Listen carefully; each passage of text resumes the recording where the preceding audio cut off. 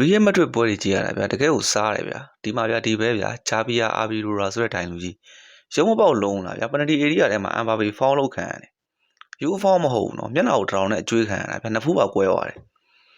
သွေးဆိုထွက်တာအများကြီးပဲအဲ့ဒါကိုပနတီမရတဲ့ပြင် VAR တောင်ပြန်မကြည့်ဘူးဗျာဒါကြောင့်မို့လို့ Florentino Perez ကပြောတာလာလီဂါအတိုင်တွေက quality မမီဘူးဆိုတာမှန်တယ်ဒီနေ့ပွဲမှာဗျာတိုင်လူကြီးရဲ့ဆုံးဖြတ်ချက်ကြောင့်ကြီးရှုံးတာတော့မဟုတ်ဘူးတပွဲလုံးတိုင်းတာနဲ့ပြောရရင်ဗျာဒီနေ့ပွဲမှာ Real Madrid ကဘာမှမလုပ်နိုင်တာအမ်ဘာဘေနဲ့ဗီနီစီရဲ့ဦးဆောင်တဲ့တိုက်စစ်ကဗျာတခုပြောင်းလဲမအောင်ဖြစ်တော့မယ်ဒီနေ့လဲလာလီဂါဖလားကိုလက်လွတ်ရဖို့များသွားပြီချန်ပီယံလိမှာဆိုရင်လည်းဒီနောက်တစ်ကြောမှာဘိုင်းအောင်တာမနိုင်ဒီနှစ်ကဖလားလက်မဲ့ရာသီနဲ့ Real Madrid ကကုံဆုံးဖို့များတယ်ဗျာဒီပြအာဘီလိုကလည်းတော်တော် pressure များနေတဲ့ပုံပေါ့တယ်လာမဲ့ပွဲမှာချန်ပီယံလိမှာဘိုင်းအောင်တာရှုံးသွားရင်ဒီပြအာဘီလိုကလည်းထုတ်ပယ်ခံရဖို့များတယ်အဲ့ဒါကြောင့်မို့လို့လာမဲ့ဘိုင်းယံပွဲကတော့ဒီအာဘီလိုကတော့တကယ်ကို pressure များတဲ့ပွဲပဲနော်အမှန်တိုင်းပြောရရင်ဗျာဒီနေ့ပွဲမှာ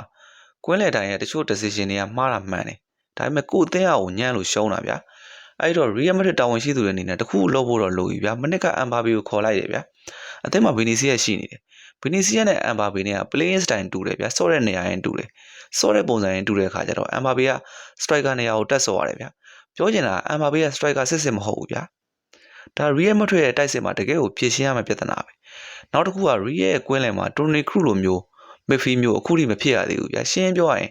အခုလက်ရှိစော့နေတဲ့ကွင်းလယ်တွေက Toni Kroos လိုမျိုး holding midfielder chance တွေကို create လုပ်နိုင်တဲ့ midfielder တွေမဟုတ်ဘူးဗျာဘယ်ဘားတွေကောင်းတာမှန်တယ်သူက Toni Kroos လိုမျိုးဒီဘောလုံးကိုကင်ပြီးတော့ chance တွေကို create လုပ်တဲ့ midfielder မျိုးမဟုတ်ဘူးဗျာဘယ်ဘားတွေဆိုတာပေါက်တူပေါက်ပို့ဆန်တယ်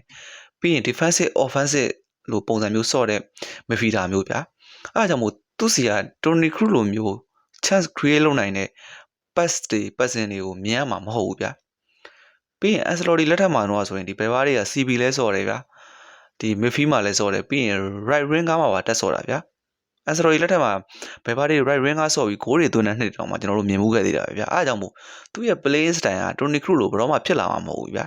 နောက်တစ်ယောက်ကဂျူးဘယ်လင်ဂမ်အမ်ဘာဘေမရောက်ခင်တော့ဂျူးဘယ်လင်ဂမ်က central midfield စော်လိုက်ပြီးနံပါတ်10 row စော်လိုက်ပြီးရင်တခါကျရင်နံပါတ်9 row ပါတက်စော်တဲ့ player မျိုးဗျာပြီးရင်ဂျူးဘယ်လင်ဂမ် Real Madrid ကိုဆက်ရောက်တဲ့နှစ်ကဆိုရင်ဗျာဂိုးတွေတောက်လျှောက်သွင်းတာဗျာသူဆက်ရောက်တဲ့နှစ်ကဆိုရင်23ဂိုးထိသွင်းခဲ့တာဗျာဒီဆက်ရောက်ခြင်းနှစ်မှာပဲဒီဘယ်လင်ဂမ်ဗီနီစီယာရိုဒီကိုဆိုပြီးတော့အဲ့ဒီ3ယောက်အတွဲနဲ့ချန်ပီယံလိ15ချိန်မြောက်ကိုယူခဲ့တာဗျာပြီးရင်အဲ့ဒီနှစ်ကဘယ်လင်ဂမ်ဗျာဘလွန်းတီယောစုဗျာစကားတင်ဆင်းမှာ top 3ဝင်ခဲ့တာဗျာအဲ့လောက်ထိဘယ်လင်ဂမ်ကောင်းခဲ့တာဘယ်လင်ဂမ်ဆက်ရောက်ခါစားရသည်ဆိုအရန်ကောင်းတာဗျာဒီနံပါတ်5ဂျာစီဝတ်ပြီးတော့ဗျာစီဒန်လက်သေးတော့ကျွန်တော်တို့တင်စားခဲ့ရသေးတယ်ဒါပေမဲ့မနစ်ကအမ်ဘာဘေရောက်လာတဲ့အချိန်ကစပြီးတော့အဲ့ဒီဘယ်လင်ဂမ်ကလုံးဝတိုင်ပြောက်တော့တာပဲဗျာနောက်တစ်ခါအာတာဂူလာဒီခင်ဗျားတို့ပြောနေတဲ့အိုဈေးလက်သေးနဲ့အသင်းကိုစားရောက်တဲ့2023ကနေပြီးတော့ဒီနေ့ချိန်ထိအာတာဂူလာဘာတွေလုပ်ပြပြီလဲဘယ်နှကိုသွင်းပြီလဲဂိုးဖန်တီးမှုဘယ်နှချိန်လုပ်ပြီးပြီလဲဗျာချန်ပီယံလိလိုမျိုးအက်ကလက်စီကိုလိုမျိုးမက်ဒရစ်ဒါဘီလိုမျိုးတကယ်အသင်းကြီးတွေနဲ့တွေ့တဲ့တကယ် big game တွေမှာအာတာဂူလာဘာတွေလုပ်ပြပြီလဲအသင်းနိုင်ပွဲလိုအပ်နေတဲ့အချိန်အာတာဂူလာဘယ်နှလုံးဖန်တီးပြီးပြီလဲဘယ်နှကိုသွင်းပြီးပြီလဲခင်ဗျားတို့ပြောနေတဲ့အိုဈေးလက်သေးဗျာမတူရင်မနိုင်စမ်းပါနဲ့ဗျာကျွန်တော်တို့လုံးဝမကြိုက်ဘူးဗျာနောက်ရာသီမှာအသင်းအနေနဲ့ရောင်းထုတ်တဲ့နေဗျာပြောချင်တာအခုလက်ရှိအသင်းမှာဖြစ်နေတဲ့ပြဿနာအမ်ဘာဘေကြောက်လို့ပြောလို့မရဘူးအမ်ဘာဘေက striker စစ်မဟုတ်ဘူးဗျာဒါတော့မှဒီရာသီမှာ40ပွဲမှာသွင်းကို40ထိသွင်းထားပြီတယ်မနစ်ကဆို43ဂိုးထိသွင်းထားပြီတယ်ဗျာပြီးခဲ့တဲ့ဘိုင်ယန်နဲ့ပွဲက